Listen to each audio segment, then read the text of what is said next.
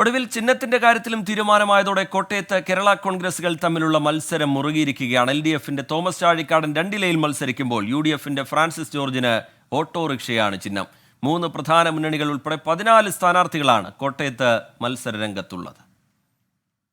ജനകീയമായ ചിഹ്നം ലഭിച്ചതിന്റെ ആശ്വാസത്തിലാണ് കോട്ടയത്തെ UDF സ്ഥാനാർത്ഥി ഫ്രാൻസിസ് ജോർജ്. വോട്ടർമാരിലേക്ക് ചിഹ്നം എത്തിക്കാനുള്ള കഠിന പരിശ്രമത്തിലാണ് ഇപ്പോൾ UDF. ഓട്ടോറിക്ഷ ഓടിച്ചും ഓട്ടോറിക്ഷ റാലി നടത്തിയുമാണ് ചിഹ്നം ജനങ്ങളിലേക്ക് എത്തിക്കാൻ ശ്രമിക്കുന്നത്.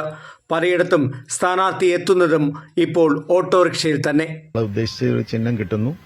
വളരെ പോപ്പുലർ ആയിട്ടുള്ളൊരു ചിഹ്നമാണ്, എല്ലാവർക്കും അറിയാവുന്ന ചിഹ്നമാണ്. ഏത് കൊച്ചുകുട്ടിക്കും പ്രായമായവർക്കും അറിയാവുന്നതാണ്, എല്ലാവരും ഉപയോഗിച്ചിട്ടുള്ള എന്നുവെച്ചാൽ യാത്ര ചെയ്തിട്ടുള്ള ഒരു വാഹനം എന്നുള്ള നിലയിൽ ഈ ചിഹ്നം കിട്ടിയതിൽ വലിയ സന്തോഷമുണ്ട്.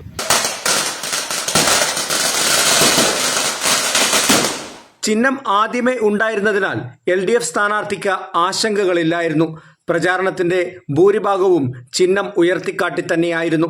ഇതിനോടകം ചിഹ്നം വോട്ടർമാരുടെ മനസ്സുകളിലേക്ക് എത്തിക്കാനായി എന്നാണ് LDF വിലയിരുത്തൽ. ഇത് 8ാമത്തെ തെരഞ്ഞെടുപ്പാണ്. ഈ 8ാമത്തെ തെരഞ്ഞെടുപ്പിലും 1ാം തെരഞ്ഞെടുപ്പ് മുതൽ 8ാം തെരഞ്ഞെടുപ്പ് വരെ ഞാൻ ഒരേ ഒരു ചിഹ്നമാണ് ഉപയോഗിച്ചിട്ടുള്ളത്. അത് 2 അതെന്റെ ജീവിതത്തിലെ വളരെ ആത്മവിശ്വാസം നൽകുന്ന, പ്രതീക്ഷ നൽകുന്ന ഒരു ചിഹ്നമാണ്. ഹൃദയത്തിൽ നന്മയുടെ കയ്യൊപ്പുള്ള പാലിക്കാവുന്ന വാക്കേ പറയൂ, പറഞ്ഞ വാക്ക് പാലിച്ചിരിക്കും. കുടം ചിഹ്നം തന്നെയാണ് NDA സ്ഥാനാർത്ഥിക്ക് ഇത്തവണ ലഭിച്ചിരിക്കുന്നത്. നേരത്തെ ചിഹ്നം ലഭിച്ചതിനാൽ മറ്റാശങ്കകൾ തുഷാർ വെള്ളാപ്പള്ളിക്കുമില്ലായിരുന്നു. ഇതിനോടകം പ്രചരണ രംഗത്ത് സജീവമായി ചിഹ്നം ഉയർത്തിക്കാട്ടാനും NDAക്ക് സാധിച്ചു. ചിഹ്നം കൂടി ലഭിച്ചതോടെ സ്ഥാനാർത്ഥികൾ വാശിയേറിയ പോരാട്ടത്തിലേക്ക് കടന്നിരിക്കുകയാണ്.